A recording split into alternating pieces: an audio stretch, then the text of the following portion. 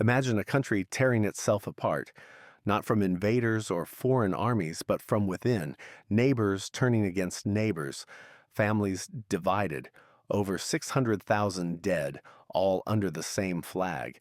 What makes a nation so fractured that it plunges headfirst into the bloodiest war it would ever fight on its own soil?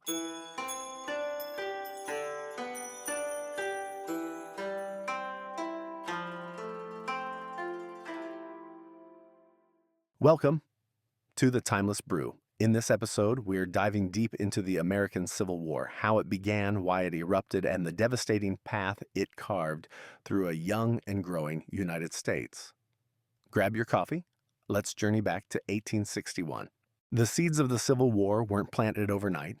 For decades, tensions between the North and South had been simmering beneath the surface.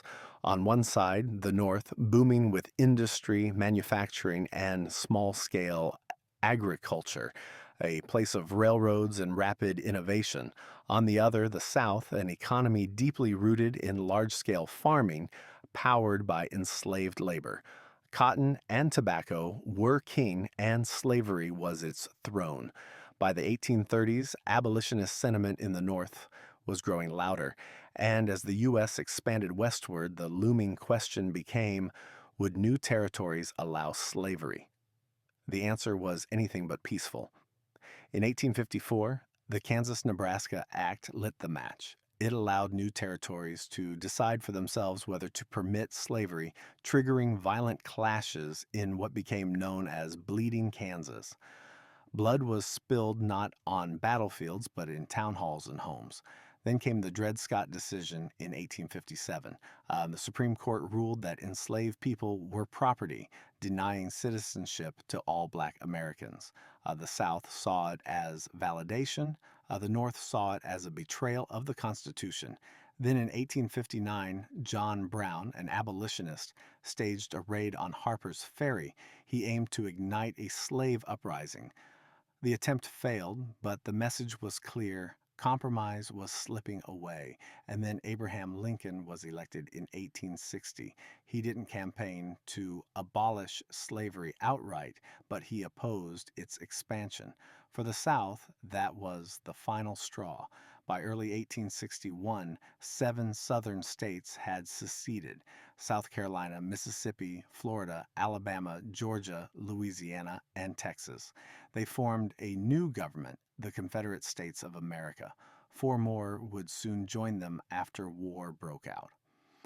The first shots rang out on April 12, 1861, at Fort Sumter, South Carolina. Confederate artillery bombarded the Union-held fort. After less than 2 days, Major Robert Anderson surrendered. The Civil War had begun.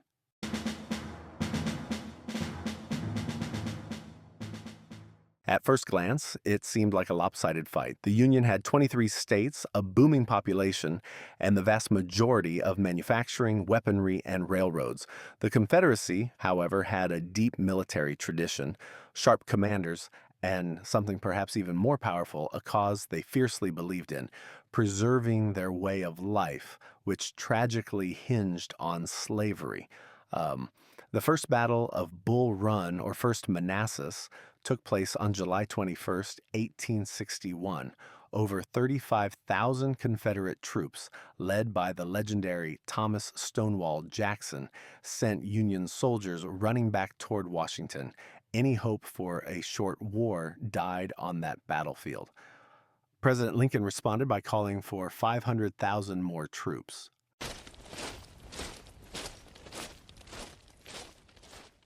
In 1862, Union General George B. McClellan finally pushed toward the Confederate capital, capturing Yorktown.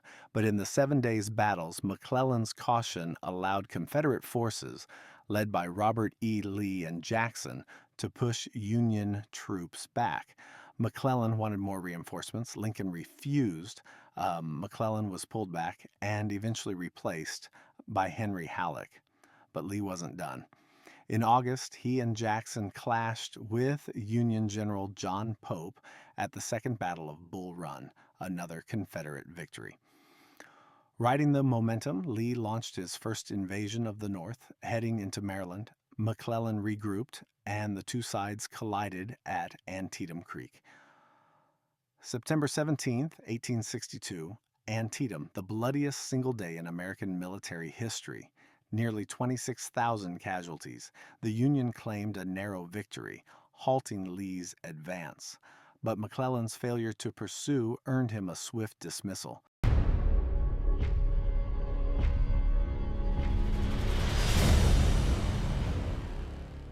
It was this battle, Antietam, that gave Lincoln the political capital he needed. He issued the Emancipation Proclamation, which took effect on January 1st, 1863. It freed enslaved people in Confederate states, not border states, but it changed the war's moral compass. Now, the fight wasn't just about preserving the Union, it was about ending slavery. By war's end, over 186,000 black soldiers would fight for the Union. More than 38,000 would die.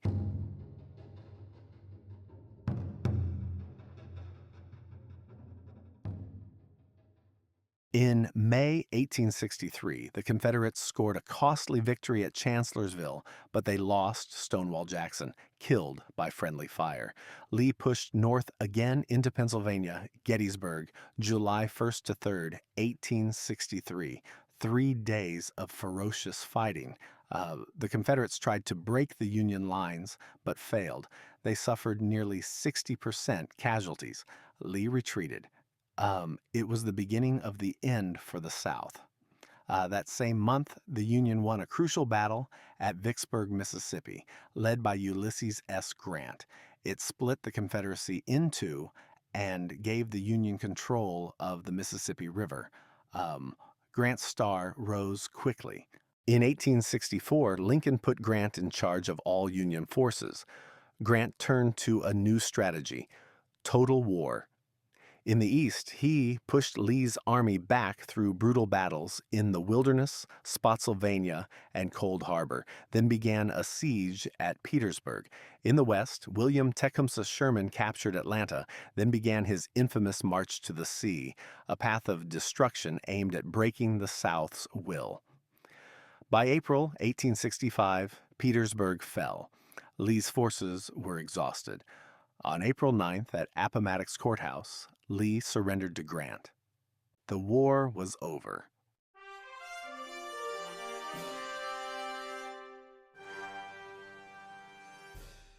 More than 620,000 soldiers were dead, millions wounded. The South was devastated, cities in ruin, families shattered. But the Union was preserved, and slavery was on its way to being abolished forever. The Civil War wasn't just a battle between armies, it was a war over identity, morality, and the soul of a nation. It shaped America's future more than perhaps any other event in its history. And yet, the echoes of that conflict still reverberate today, in the questions we ask, in the struggles we still face. Thanks for listening to the Timeless Brew. If you found this story as riveting as I did, make sure to follow and share. We've got more history, more mysteries, and more untold stories coming your way. Until next time, keep asking questions and keep sipping that truth.